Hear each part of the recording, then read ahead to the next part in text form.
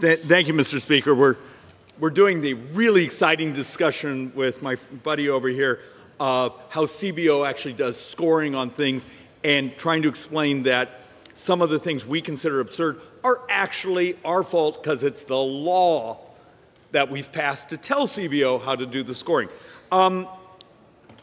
First off, an apology to everyone because this one's going to go a little longer than normal. So, yeah, I know. Everyone grab a cup of coffee or something, and hopefully the Sergeant of Arms, we're apparently not allowed to drink coffee on the floor, so whatever happens, don't get caught, right? I'm going to try three things tonight. I will upset a number of folks. I'm sorry. My math will be accurate because we've spent the last couple days double checking it. I'm going to try to do something a little insane. I'm going to walk folks through the Social Security Actuary Report. And we're just going to do some of the most basic parts of it so folks understand what the reality is. Number two, I'm going to walk through actually something that really bothers me because I have a number of politicians on the left and the right who spend day and night making up math. Can you believe that, Mr. Speaker? They attack the CBO, they attack the Joint Tax Committee, this and that. I'm going to walk us through parts of the accuracy and what we call the variance report done by the Congressional Budget Office and try to demonstrate, yeah, there's mistakes. They're actually more accurate than most of the outside groups. So that's uncomfortable because one of the other things I'm going to touch on, and this is tough, is we have aspirational documents coming from the White House, from our own folks here on what growth can be, and we can actually do remarkable growth, but we got to do very difficult policies to make it work. Are we going to do talent-based immigration? Are we going to do incentives to automate, to modernize, to use technology, to even use AI? And my fear is we want to take credit for very high growth numbers. You know, GDP grows this, but we're not willing to do the hard lift of the policy. And then with that, I'm going to explain why that's so important. Because the growth of debt, the drivers of debt, is the thing it's hard to tell the truth about. I'm going to show some charts in a little bit, Mr. Speaker, that show over the next 10 years, interest is the number one driver of debt, then healthcare, Medicare almost exclusively, and it's hard to explain that it's actually like a 65-35 now. The 22-some trillion dollars that are baseline and then stack everything else on it that's going to be borrowed over the next 10 years. About 65% of that's just interest. Is this country, our federal government, is an insurance company with an army. And we don't have enough cash in the bank to pay for all the promises we made as part of that insurance coverage. So let's have at it, Mr. Speaker. I keep bringing this chart just because it's a really simple visual. Think of the people who almost attack us in our hallways. How can you be wanting to cut spending? And you show them this chart saying baseline spending, $86 trillion over the next 10 years. And all we're talking about on the House reconciliation budget, and my understanding is the Senate, our good friends down the hallway, their cuts in spending are even more anemic. What's 2%? Well, 2.3. 86 trillion is the baseline spending for the next 10 years. We were trying in the House reconciliation budget to cut 2 trillion, and that caused absolutely panic because Washington, D.C. is about one thing, it's about money, and when so much of America makes its money off of D.C. policy, this has caused absolute panic, but it's a fraction. Because when you see what's happened on the new data on what's happening in healthcare costs, we got some new data today that the numbers are even worse. Almost no one has actually started to do the math that the fact that the Social Security Medicare Actuary Report from 4 days ago actually has an 11% cut coming in the Medicare Trust Fund in 2033. That's not actually in the baseline debt numbers. Are we just going to pretend that we didn't get older as a society? So let's actually walk through. Mr. Speaker, I've done this chart for a decade. About 74% of all spending is on autopilot. It's what we call mandatory. It's interest, it's Social Security, it's Medicare, it's Medicaid, it's other promises that are built into the formula. Members of Congress almost never, ever, ever, ever get the chance to vote on any of this red. The only time it will ever really come up is if we have a reconciliation budget. All the blue, defense and non-defense, is 25, 26% of our spending. Every dime of it is borrowed. Please, anyone who cares, get this in your head. Every dime, other than some of the things in a reconciliation budget, every dime a member of Congress will vote on, many for their entire careers, is borrowed money. So you see this 26% that's in blue, that's defense and non-defense discretionary. This year, we're on track for every dollar we bring in tax receipts. That's corporate taxes, that's individual taxes, that's everything. We're going to spend $1 in, $1.39. $1.39 out the door. Does anyone see a math problem? So, a month ago, Moody's actually downgraded U.S. debt. So now the three big rating agencies have lowered our credit. We actually have 18 states in America that have a higher credit rating than the federal government. But if anyone bothered and sort of had to get it through your Bloomberg terminal or pay a subscription, we're blessed to have a terminal, and actually read, it was actually really well done. There was lots of details. Yes, they got attacked by people who want to keep spending money, saying, stop, you can't downgrade U.S. sovereign debt. Well, the other two rating agencies had done it years earlier. The punchline in there, in less than 9 years,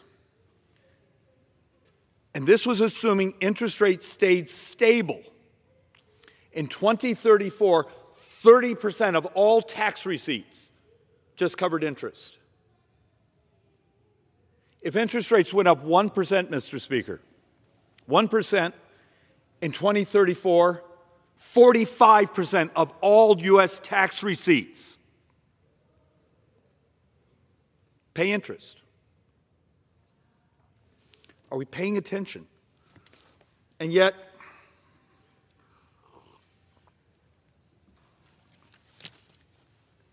the first words I'll get from my brothers and sisters on the left is, well, just raise taxes.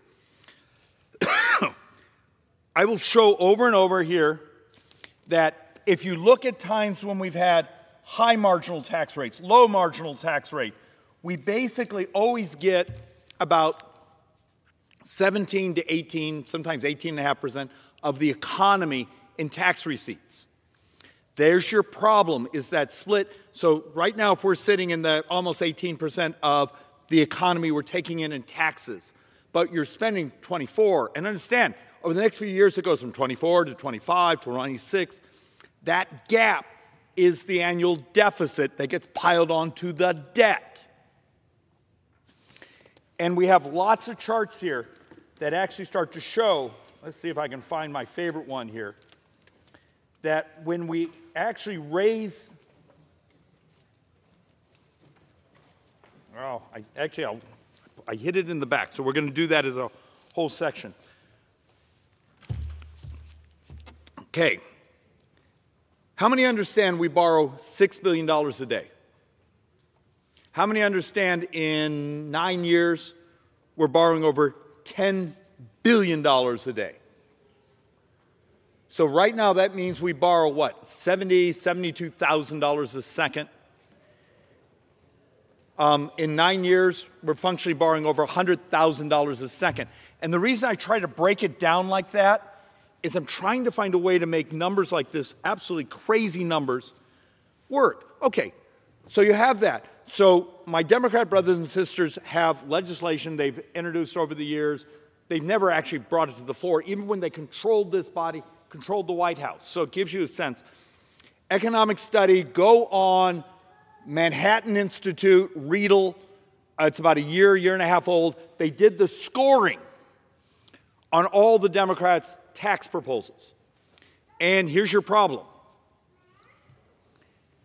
Increasing taxes, when you did actually all of them, and I'm going to do this in a couple fashions, you basically got to the point that when you did all the corporate, the estate, the individual, and then you did the economic effects, you got about 1.5% of the economy. So all the tax hikes, every time you have someone over on that side say, just raise taxes. If you do every one of their tax proposals, you get 0.5% of the economy, 1.5%. Hopefully everyone knows what the joke is. We're going to borrow 7.3% of the economy this year, and in 9 years, we're borrowing 9% of the economy. How do we tell the truth to the American people that we're going to have to embrace things that are actually hopeful, but the cost of health care, and it's always fascinating. I always thought I'd get beaten up for saying this behind the microphone, and shockingly, we've had people being remarkably kind to us. My Joint Economic Committee, our economists, and it was a hard report to write, a couple years ago, wrote a major study saying, what does obesity cost America? And it's not Republican or Democrat, it's just what we are. Now, it means every time you say that, did you make all the people that make money off certain foods, off of certain health care, off of other things nervous? We came up with a number 2 years ago. It was $9.1 trillion of additional health care spending over 10 years. Okay. Milken, now this one's a few years old, did a study that said 47% of all U.S. health care spending was associated with obesity. Okay. Is that Republican or Democrat? It's just the math.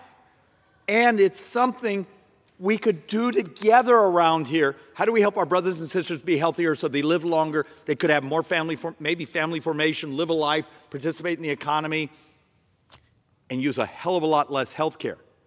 And you know the perversity around here when you start talking about maybe we need to modernize how we do agriculture in America, what we grow, because we concentrate functionally on like 5 crops. What should we do? Is it moral? This is a question, and I've been attacked by Democrats on this. Is it moral to give an EBT card, modern food stamps, to someone to go buy onion rings? I love onion rings. It's one of my addictions, working on getting off of it. But is it moral with taking hard-earned money, rare resources, remember, it's borrowed money now, and say, go eat crap? It's now the people that sell onion rings come and lobby us and attack us and say, you know, people should have their choice. They should, with their own money.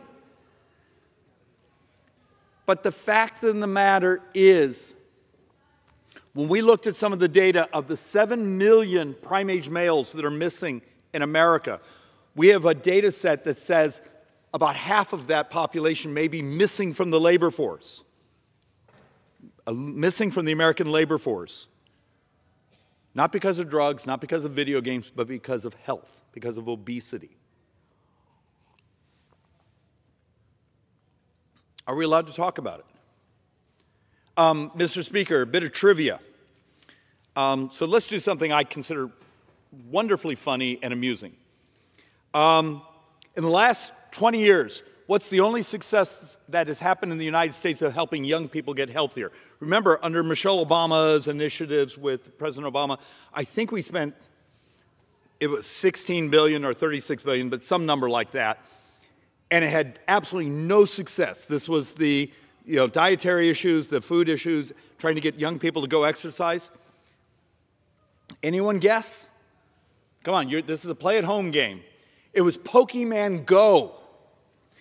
I know it sounds crazy, but the gamification actually was the one great example of success the last couple decades of helping young people get healthier. What if we took that knowledge of, hey, these incentives do work, and actually legalized that and made that part of how we deliver healthcare services or how we allow insurers to provide incentives? Because the ACA, Obamacare, is a finance bill. It's who gets subsidized and who has to pay.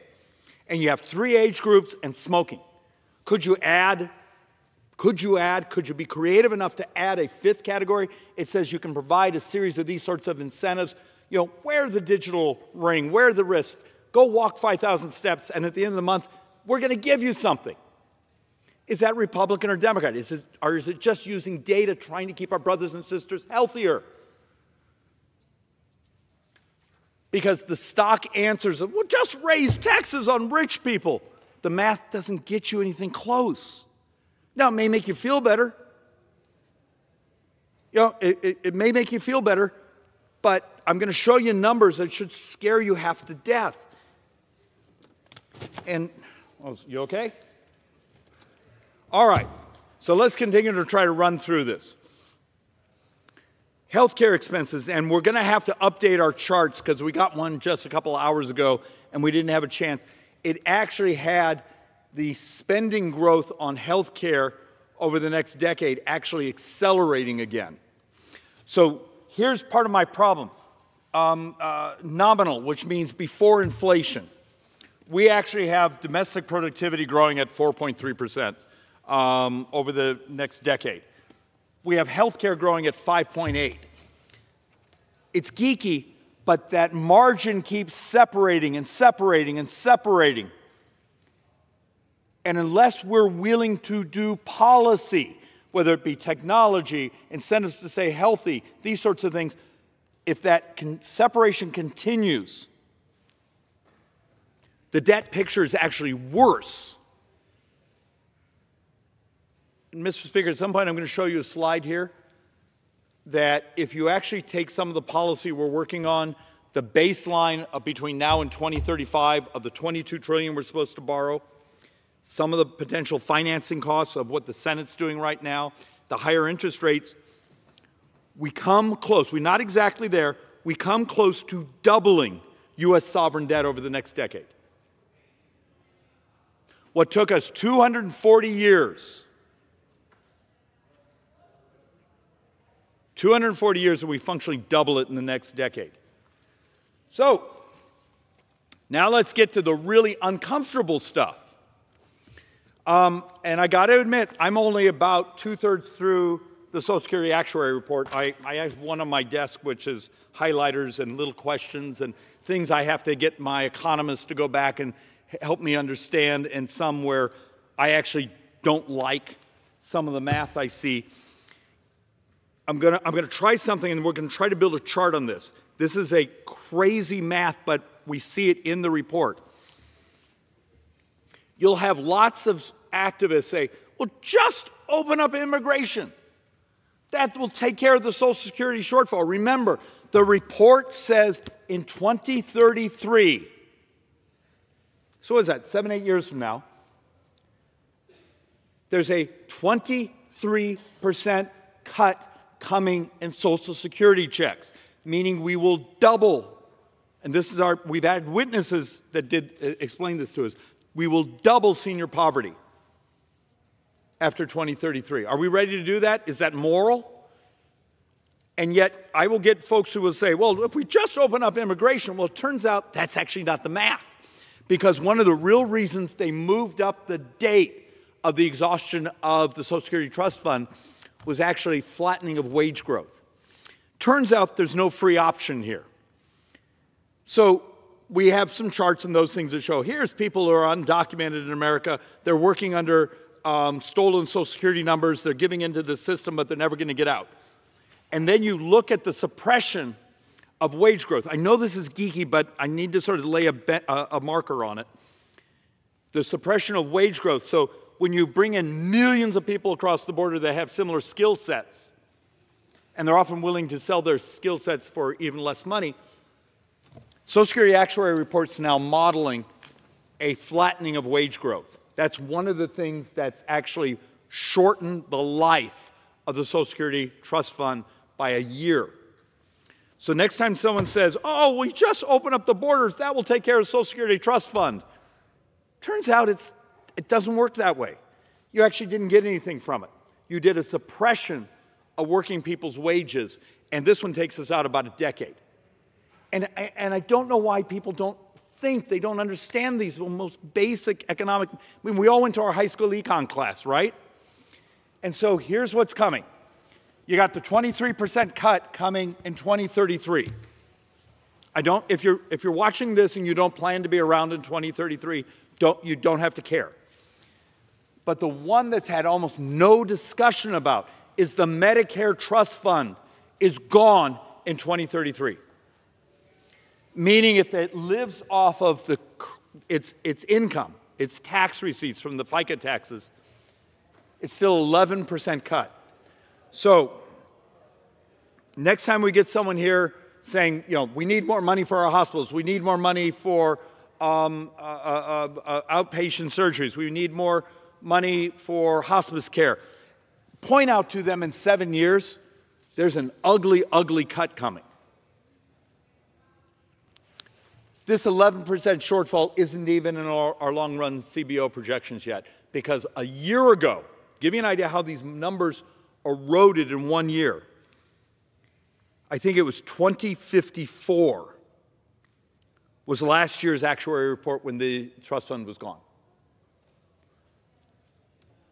Okay, so how many people over the last week, because this has been out for almost a week now, have you seen come behind these microphones and say, maybe we should all work together, or actually do something that's mathematically honest, or actually just even tell our voters the truth that in 7 years you're getting a 23% cut in your Social Security check, and by the way, another 11% cut in your hospital coverage, and other things in the Medicare, because the Medicare Part A trust fund is gone. For those that don't understand, and that's most of us, in Medicare, the portion of your payroll tax that goes to Medicare, about 40% of it is covered by the trust fund. That's the hospital portion, as we typically refer to it. The rest of it actually comes out of the general fund.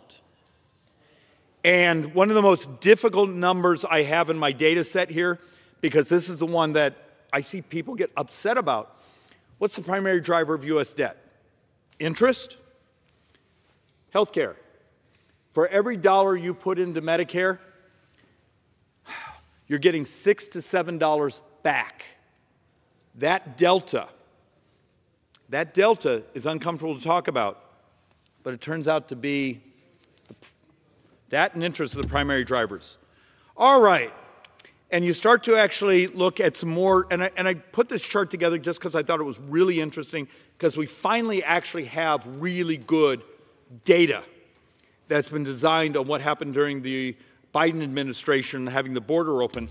And we got some direct effects of, hey, we got a little bit more tax receipts and potential effects over the time.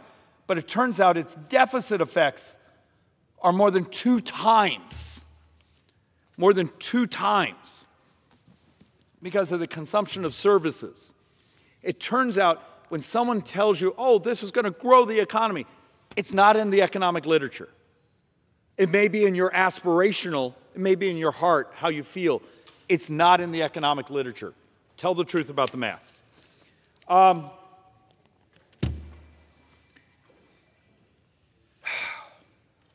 National health expenditures as a percentage of GDP. Remember how a couple moments ago I told you we're trying to figure out, we just got another report that the growth of healthcare spending we expect to pop almost 3% more than modeled. That's a lot of money. But here's the punchline. We estimate this year, right now, we're right here, we're spending about 18% of the entire economy on healthcare. In 9 years, it's over 20%. Those differences are monstrous. When that's that much, I mean, you're functionally seeing, if that's functionally a 12.8% growth in the cost of delivering healthcare in that 9-year span. And this is going to tie into why I'm talking about some of our growth rate projections. How do you hit these folks that are running around saying, David, we're going to grow at 3, 4, 5% GDP growth. At the same time, interests and expenditures are chewing up everything around us. How does that math work? And then I'm going to show you some of the demographics. I'm going to probably say this twice just so it starts to bleed in. Today, we have the same number of 18-year-olds as we had 20 years ago. We have double the number of people 65 and up. So we functionally have this, we have the same number of 18-year-olds, and it's no one's fault. It's not Republican and Democrat. Starting in 1990, U.S. fertility rates rolled over. We have a shortage of young people in America. Tell me how I grow the economy if you're not going to let me do things like automation of ports, automated rail, AI, technology, allowing AI when it has the right data to be able to prescribe. And you people go, oh, I don't like that. Fine. Tell me how much poorer you're willing to live. It's economics. If I can't grow the economy and yet I'm being buried in debt service and increased costs of providing the services, tell me how I'm to pay for it. There's a path where I can make this math. I can't pay it off. I can stabilize it and make this another American century. But damn it, how do I do it in a body that's just terrified of telling the truth about math or just basic economics? This is the reality. This is our latest report. In 2033, 20.3% of the economy will just be healthcare. And considering government is functionally the primary payer, I think we're well over half of all healthcare spending coming out of the trust fund and the general fund. Anyone see a problem? Remember a moment ago I showed you that the Social Security Medicare actuary report said there's 11% in 2033 cut coming. Are we going to let that happen? Probably not. Are we going to reach into the general fund and pay for it? Probably. It's not in the debt projections yet. The scale of this is off the charts. And back to the math problem. And if I'm making someone unhappy, be mad at the math, not me.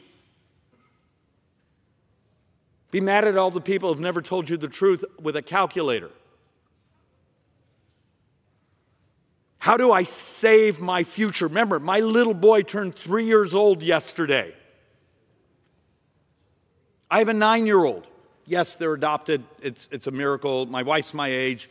Yes, we've screwed up my retirement. It's the most fun I've ever had in my life.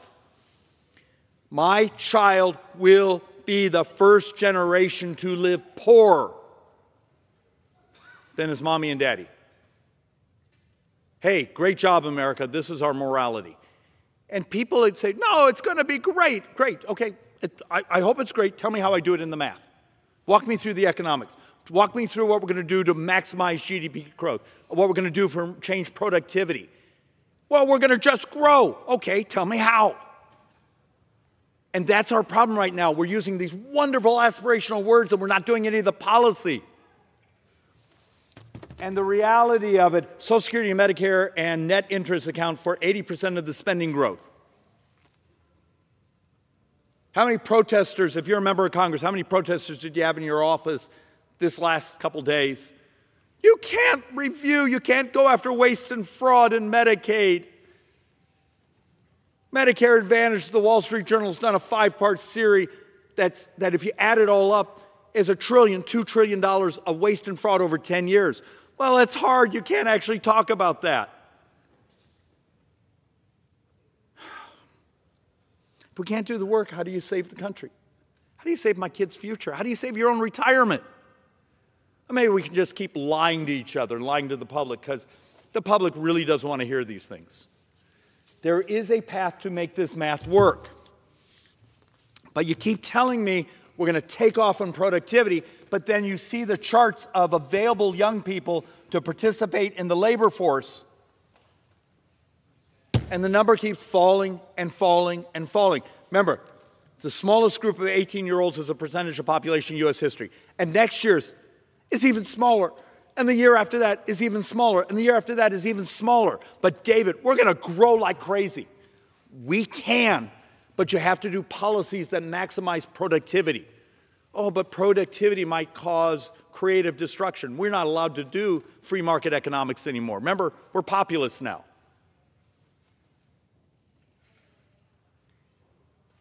If you embrace that, you're going to drive this country. We'll still be greater than any country on earth, but we're going to give up so much wealth is, prosperity is moral. The growth is moral. And we're killing ourselves, but we're making promises that aren't in the data. They're not on the charts. So, you have an idiot like me that gets behind the microphone week after week after week. I'm not smart, but I'm good at math. And try to explain, saying there's ways to make it work. So 1 month ago, after almost a year's worth of work, I chaired the Joint Economic Committee. I'm number 4 in Ways and Means. I chair oversight. It's public now. The press broke the story. We've been doing investigations after the Wall Street Journal did that 5 major series on Medicare Advantage, the amount of fraud, the people being diagnosed with diseases they don't have, people being dumped on VA even though they had the Medicare Advantage insurance, people being dumped on hospice care. If you don't know about it, grab your computer, Google the Wall Street Journal MA. MedPAC report. I've come to this floor year after year with, I'm sometimes thinking, Mr. Speaker, I'm the only idiot here who reads the MedPAC report. Just grab the damn, now it's like this, but it's not a hard read. And in there it will say, hey, when we started Medicare Advantage in 2005, it was designed to come in at 95% of the cost of fee-for-service, but its model was, we're going to incentivize the folks that manage the care to make money by helping you be healthier. The incentive was we're going to help populations be healthier. MedPAC report from the beginning of this year, today it comes at 120% of fee-for-service. Just that delta from the 95 to 120% over 10 years is like $2 trillion. So think, we're knifing each other right now, trying to figure out how to finance as much of this reconciliation budget as we can. So I'm an idiot, as I've been told by my wife over and over, because I thought we cared. So we spent 6 months writing the modernization, the Medicare, the Better Medicare Act, Medicare Advantage, to make it so it incentivizes to help our brothers and sisters who are 65 and up who choose Medicare Advantage, which is 55% of the population, to get services so they're healthier. The Joint Economic Committee economists say over 10 years, it's $1.76 trillion of savings over 10 years. Preliminary score from our conversations with CBO, it's not in writing, but pure preliminary, 1.84 trillion, making it the largest savings bill in U.S. history. And it doesn't take away a single service. It fixes the misalignment in the system. Mr. Speaker, how many co-sponsors do I have? The bill has been introduced for 1 month. Remember, we're tough. We're going to help stop this borrowing. We're going to take on the debt. I have 0 co-sponsors. We have visited almost 100 members of Congress and their offices. Oh, David, this is uncomfortable. It has big words. Oh, David, it has the word Medicare. I beg of you, understand the scale of this debt. I have people now that won't even look me in the eye as I walk down the hallway because they're fearful I might ask them again and again and again, will you sponsor this? You tell me you care. Help us. Help us do the right thing. And yet, if I try to show what's going on, remember, our baseline is over the next 10 years, we expect to spend $14.67 trillion on Medicare Advantage, not Medicare, just the Medicare Advantage portion. All we're trying to do is save about 10% of that. And that's the alignment of incentives.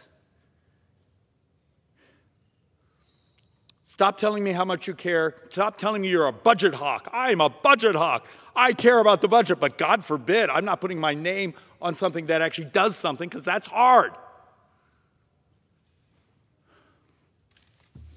I'm the guy in the 50-50 district. I'm in one of the most competitive districts in America, and yet I'm willing to stand up behind this microphone and tell the truth and actually put it on paper.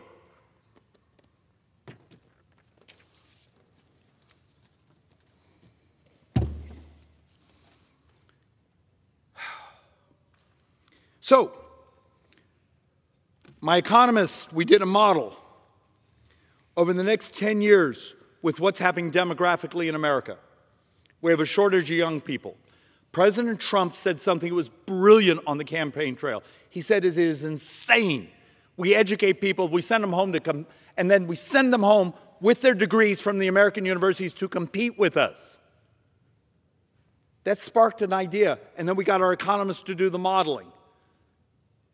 It creates about 150, 160 billion of additional tax receipts in the 10-year window, but in the second 10-year window, it explodes. So we wrote an immigration reform bill moving the American immigration system to a talent-based system. But it has the word immigration in it. So it scares the hell out of the political class because the reporters will lie about it. The activists on Twitter or X or whatever it is will lie about it.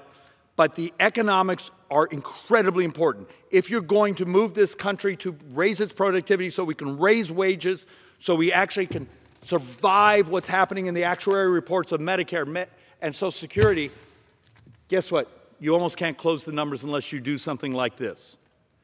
And the reason I'm doing this is we added the president's gold cards, but the skills-based. And I get people saying, oh, I don't know how I feel about that. How many of you have a Dr. Patel? It's meant to be funny. I'm from Scottsdale, one of the greatest medical communities in America. And a bunch of our great, amazing talent has come in from all over the world.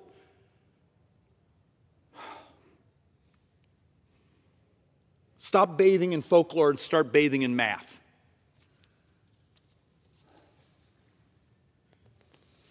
So, our third bill to pay for the reconciliation budget. This one is less of a cut. This is more using data to find where the hell's all the cash? Turns out, if you add up it all, which there's no way the Appropriations Committee or the White House, there's $1.5 trillion sitting in accounts up and down government. That was appropriated 3 years ago, but they never built it. There's a great example of hundreds of millions of dollars that were set aside for one state. It's in the account to build a bridge. They chose not to build that bridge. Cash is still sitting there. We call it total discretionary balances subject to rescission. Okay, we call it forgotten funds. You know we're paying interest on that money. Almost every dime of this was borrowed money, and it's sitting, and some of it's been sitting in accounts for years. Why is it so hard? We have the legislation. I've introduced the legislation, line item by line item by line item, saying, let's just go grab that cash. Even if you just went back to no year money, or maybe the ones that are just a couple years out, it's $500 billion. Grab that cash and bring it back and put it under Treasury. And if we as members of Congress want to appropriate it again. But the forgotten funds. So I just gave you 3 pieces of legislation. I gave you fixing Medicare Advantage, alignment of the incentives, moving to a talent-based immigration system, which in the long run is one of the most powerful things we can do for GDP growth, for productivity. Capturing the forgotten funds, I just paid for most of the reconciliation bill. Wouldn't that solve a bunch of our problems around here? Wouldn't that solve a bunch of the fighting? Wouldn't that solve a bunch of the stress? And we're going to borrow how much? Because this year we're going to borrow $2.2 trillion. At the end of 2026, if we do what I think the Senate's going to try to jam us, that's $2.5, $2.6 trillion of borrowing that year. But David, we're going to have all this magical growth.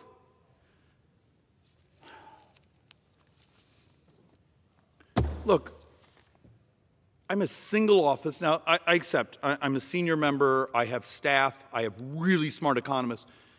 But in 3 bills, I just brought you, without cutting a service to anyone, I just brought you $3.3 trillion of savings. And not a single co-sponsor in Congress.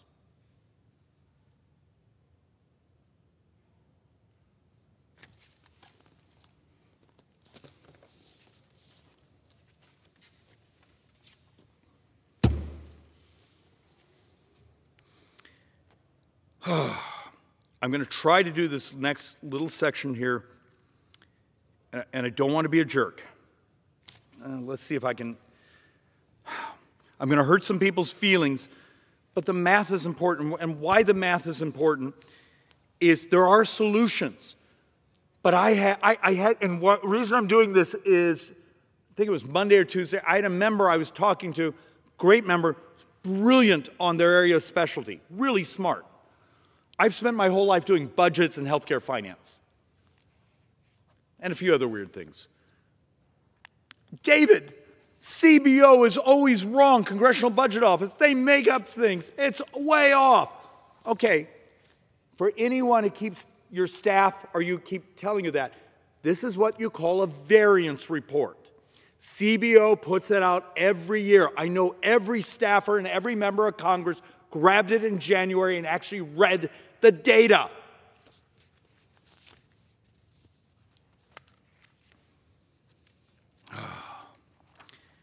If you look at the calculations, and I'm embarrassed I didn't actually bring one of the board, which probably is good because it was really obnoxious. What did happen to that board? CBO projected when we did the 2017 tax reform, 2018, 2019, just before the pandemic, they were like 99.5, 99% accurate. Don't tell anyone because it'll make it harder for us to lie around here. And you get members saying, but over the next 5 years, they weren't accurate at all. Does anyone remember there was this little thing called COVID? Does anyone remember what Congress and the world actually did? We dumped how much cash into the world market? So you're accurate to here, and then all of a sudden we dump how much cash? Do you think there's a chance when you borrow trillions and trillions and trillions of dollars, pump it out in the economy, you don't have your tax collections go up? Oh, but David, they didn't project that. They didn't predict that. Oh, come on, people, stop it. Because even now, when we get back to baseline, after we get beyond COVID, they were still remarkably accurate. I found the chart. It was hidden back there. It's on a smaller board. The fact of the matter, what they projected, and then what actually happened, and this is actually 2018, not 16. So I found a printing error. 99.5% accuracy. Now you may not, and look, they're not always accurate. On what they projected for the clean energy, tax credits, and inflation reduction, they missed by miles because they didn't actually pay enough attention that they were uncapped. There's a number of things where they absolutely screwed up, but the fact of the matter, on tax collections, the numbers have been good. And we need a scorekeeper. What happens if My grandfather used to have this saying, it doesn't matter how you play the game, it's who keeps score. He thought that was hysterical. How do we convince the American people we're serious about economic growth, productivity, taking on the debt and deficits, and not bankrupting their future when we spend almost every day saying, well, we don't like the scorekeeping? And then you look at every outside group, the Tax Foundation, Yale Model Foundation, all these others, and it turns out CBO was more accurate than they were. I'm not standing here to be a defender of them. I'm being actually a defender of my brothers and sisters here. Please, I know it makes our lives easier when we can attack the scorekeeper. We can say, the scorekeeper didn't get it right, therefore pay no attention when they say we're trying to add $3-4 trillion of debt.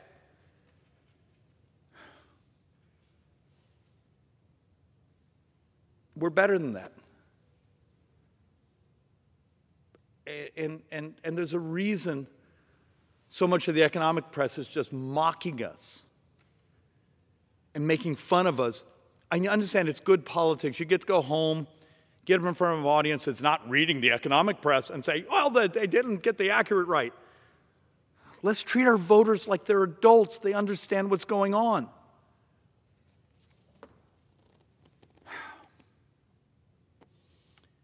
Look, these are the scores from Yale Budget, from Penn Wharton, from Congressional Budget Office, from Joint Tax. Tax Policy Center, American Enterprise Institution, Tax Foundation, and then here's what we're telling people. Is every other PhD economist wrong? Because it becomes an excuse not to do the things I was just complaining about when an idiot like me comes and says, I found you $3.3 trillion in savings. David, we don't have to do those hard pieces of legislation. We don't have to explain those bills to our constituents. We don't have to take on the lobbyists who are going to be all upset with us. We'll just tell people that it pays for itself. So everyone else is wrong because it makes our life as policymakers easier.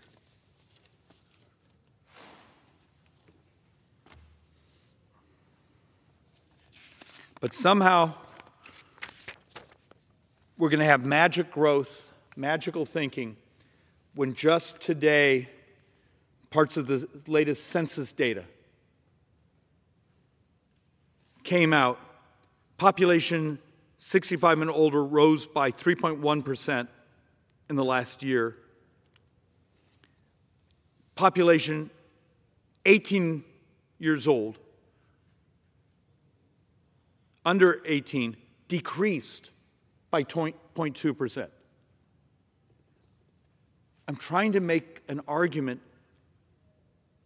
that I love the partisanship. I love a good fight with my Democrat brothers and sisters. But what happens when the debt and deficits are demographics? But if we can blame the other side, we'll just do this ping pong back and forth. They're in charge, we're in charge, we're in charge, they're in charge. We'll blame each other, and then we're going to have a failed bond auction. Interest rates are going to explode. Remember, there's data sets, and I presented them here on the floor, that just a single point of interest going up over the next decade wipes out almost all the good we're trying to do extending the tax reform of 2017. Mr. Speaker, there's a way to make this work. And I'm mentally just exhausted.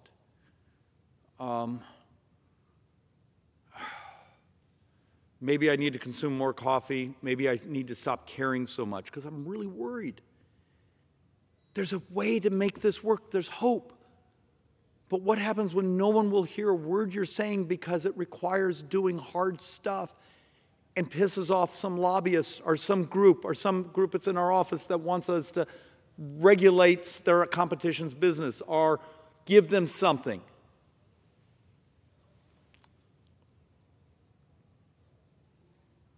We used to be the party of fiscal sanity. I still think we are. We can get there. We can do it. Maybe we just need to understand the math. That I yield back.